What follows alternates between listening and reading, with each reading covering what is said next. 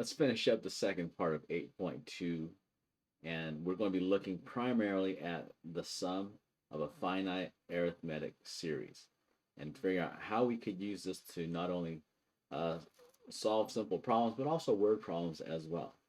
So we have this equation, another wonderful equation that you need to memorize right here. So make sure you guys know this.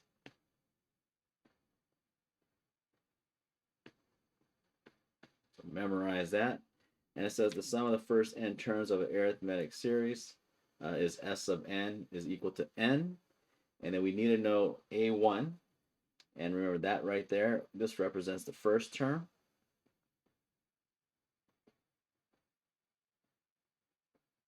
An right here is the last term. Or if we have 10 terms, then you'd see a sub 10, or whatever the 10th term would end up being right here. And that's how we find the sum. In words, s sub n is the mean of the first and the nth terms multiplied by the number of terms we have. All right, so to get us started, let's go ahead and take a look. You're going to need a piece of paper later on because the first problem we're looking at right here is in the workbook.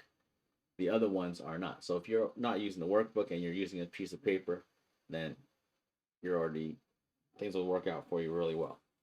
So right here to start off with, remember, let's figure out how many terms we have. We take the top number minus the bottom number, so 22 minus 1, and then add 1 to it. Right, so we take 22 minus 1, and then add 1, and so we're left with 22. Okay, I just like doing that because remember, not all problems start where the bottom number happens to be 1. But this one, it usually will be anyways, because you're dealing with, we have to know what the first term happens to be. So let's start off. We do have to find term 1. So a sub 1, that first term. Well, what do? Let's go ahead. We plug in 1 into our equation right here, 5 minus 2 times 1. So that right there will get us 3. Pretty simple. Well, let's figure out the last term, which happens to be the 22nd term. So let's go ahead. I'll put a sub 22, and then put 5 minus 2 times 22, and figure out what that is equal to. Negative 2 times 22, negative 44.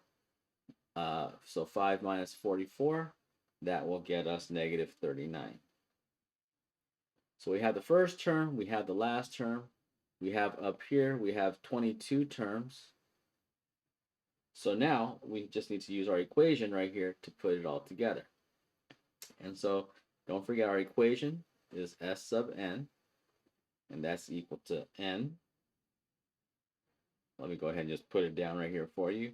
A sub 1 plus a sub n all over 2, because remember, it's supposed to be the mean of the first and last term. And let's go ahead right here. We have n will be 22. That's how many terms we have. A sub 1 is 3, so I'll go ahead and put that in red with 3. And then we're going to add the last term, which is negative 39. And if you happen to be one of those people that puts everything into a calculator, you're going to want to put parentheses to simplify this out. And so right here, now we can go ahead and figure out what is the sum of the 22nd term, or 22 terms, and that is going to get us our answer of negative 396. And there you go, we have the sum of 22 terms right here. All right, let's go ahead and go to our next example. So right here, we're going to take a look and find the sum of the arithmetic series. We've got the same setup. So hopefully this one you can go ahead and try doing on your own. And I will be doing this right here in the background, or right in front of you anyways.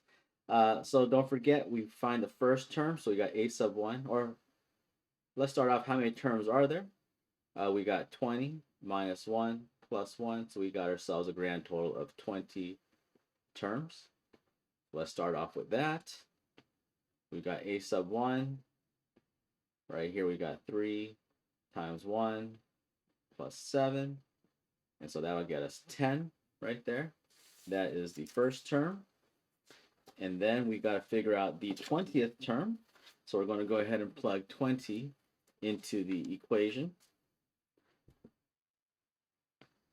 So a sub 20, and we got 3 times 20 plus 7. And so right here, that becomes a grand total of 67. All right, so we do the hokey pokey, we put it all around, turn it all around, and then we're going to put it all inside the equation. We got ourselves right here s sub 20 because we have 20 terms, and that's going to be equal to the number of terms we have, which is 20. And then we got times a sub 1. We have 10.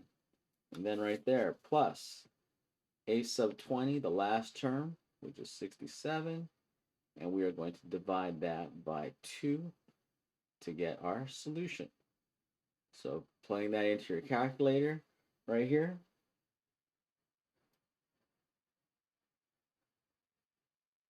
Go ahead and put it all together, and you should end up with 770. All right, there you go.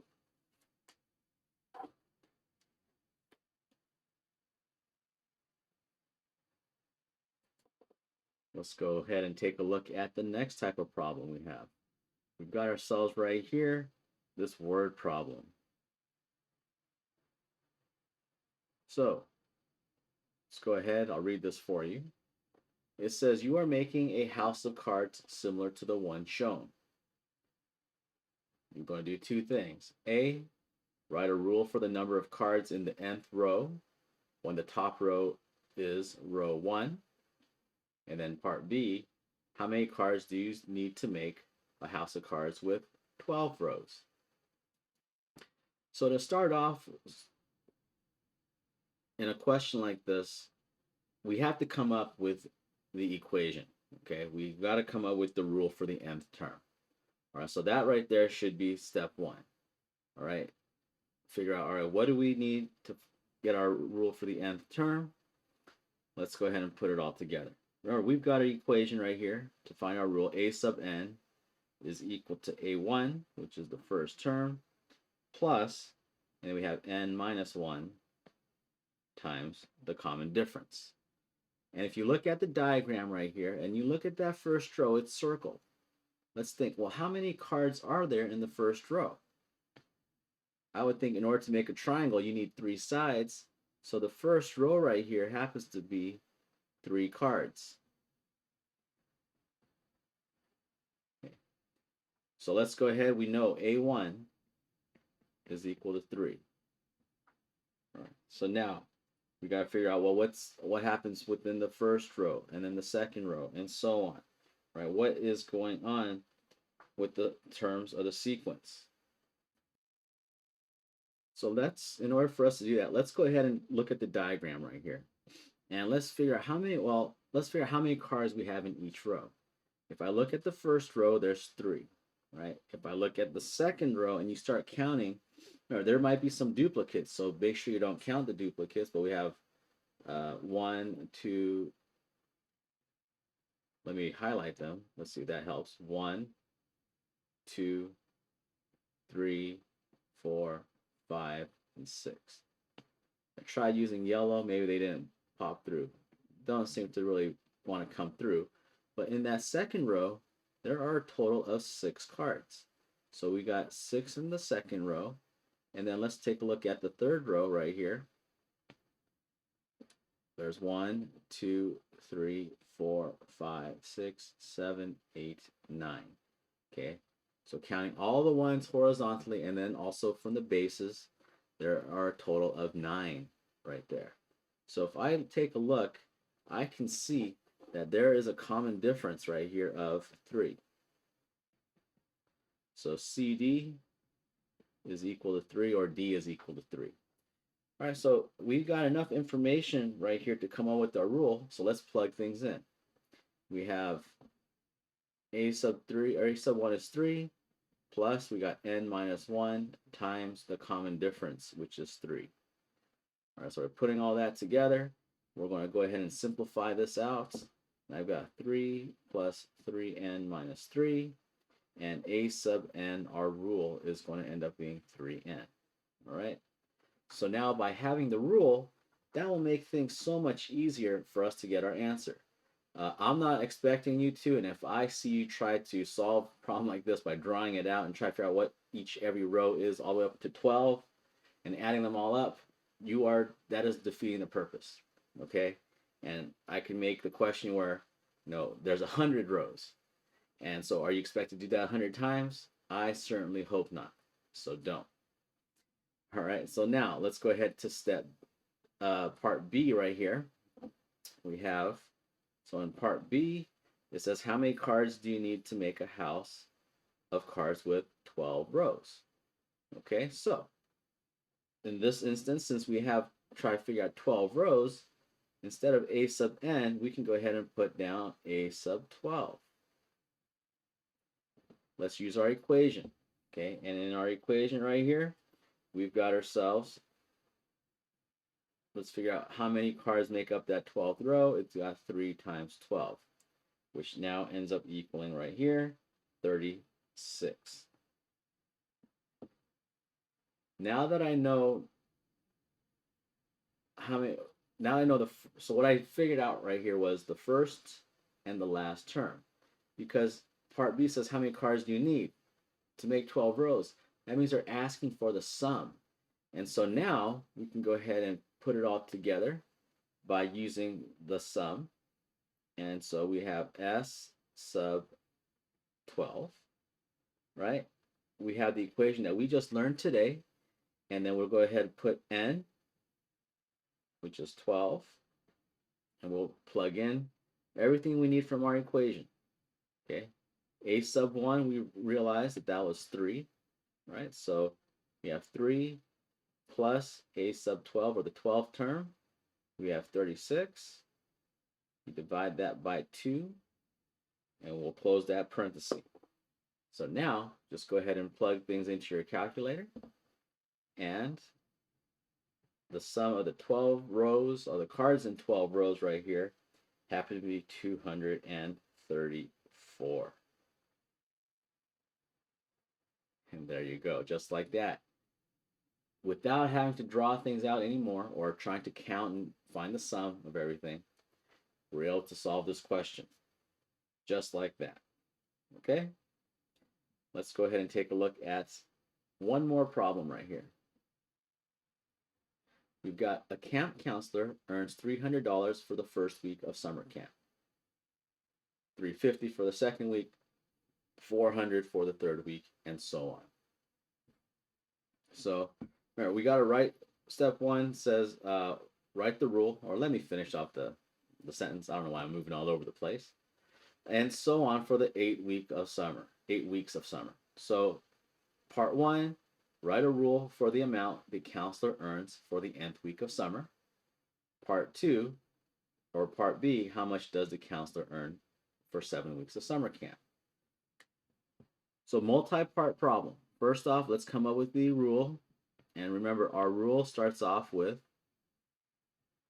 we have a sub n is equal to, right here, a sub 1 plus, we have n minus 1 times d, the common difference. If I look at our problem, they give us some key things here. 300 for the first week, so hopefully that tells you that's A1.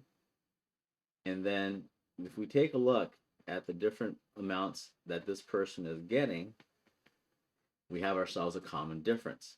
And luckily, this person gets a raise every week. I don't know, maybe because these kids are a big pain in the rear, and they are happy to have somebody work week after week, and it tries to, maybe entice you to keep working after dealing with the rowdy kids in a summer camp.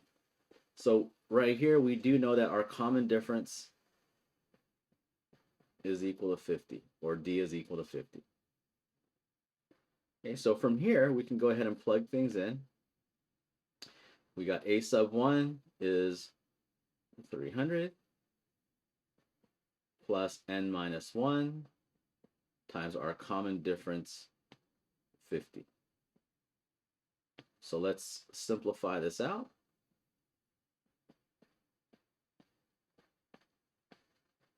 And come up with our rule, and A sub n is equal to 50n plus 250. Okay, there's our rule. Does it work out? Well, if I plug in 1 right here for n, it's 50 times 1, which is 50, and plus 250, that gets me 300, which is how much this person makes in the first week. So now that we have that, let's go to part B. But in order for us to solve part B, we've got to figure out, remember, what is the first and what is the last. All right. So right here, now the question is, it says, how much does the counselor earn for 7 weeks of camp? So let's figure out right here. I think they try to trick you because they talk about 8 weeks in the beginning, right?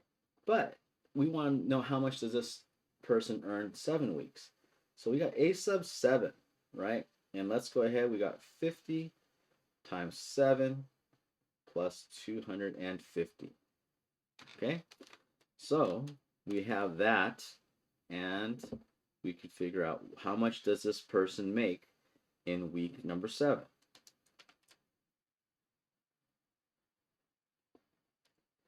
And you get a total of $600. Not bad. You got to work a long time though. You got to work almost 2 months, right, to get to that $600 mark. So now that we have the first and the last, now let's go ahead and actually figure out the sum. All right, so we got the sum of 7 weeks. That's what we're trying to find. And we start off with n times, and then we have right here, we'll put A sub 1. Let's go ahead and put 300